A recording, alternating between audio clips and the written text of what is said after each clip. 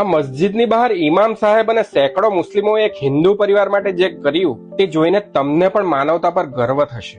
વાસ્તવમાં શુક્રવારની નમાઝ શરૂ થાય તે પહેલા એક માતા પિતા પોતાના બીમાર બાળકને બચાવવાની આશા લઈને મસ્જિદ પહોંચ્યા હતા. તેમની આંખોમાં આંસુ હતા અને તેમનો અવાજ કંપી રહ્યો હતો. તેમણે ઇમામ સાહેબને કહ્યું, અમારું બાળક ખૂબ બીમાર છે, તેની સારવાર માટે અમારી પાસે પૂરતા પૈસા નથી, કૃપા કરીને અમારી મદદ કરો. તેમની વાત સાંભળીને ઇમામ સાહેબે તેમને સાંત્વના આપી અને કહ્યું, તમે ચિંતા ન કરો, નમાઝ પૂરી થયા પછી બહાર બેસજો, ઉપરવાળો બધું સારું કરશે.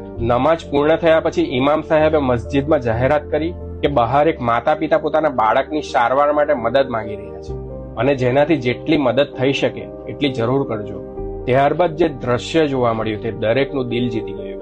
મસ્જિદમાંથી બહાર આવતા લોકોએ કોઈ પણ પ્રકારનો પ્રશ્ન પૂછ્યા વગર, કોઈ પણ દેખાડો કર્યા વગર પોતાની ક્ષમતા પ્રમાણે મદદ કરવાનું શરૂ કરી દીધું. કોઈએ 100 રૂપિયા આપ્યા, કોઈએ 500 રૂપિયા આપ્યા, તો કોઈએ તેનાથી પણ વધુ રકમ આપી અને જોત જોતા બાળકની સારવાર માટે સારી એવી રકમ એકત્ર થઈ ગઈ.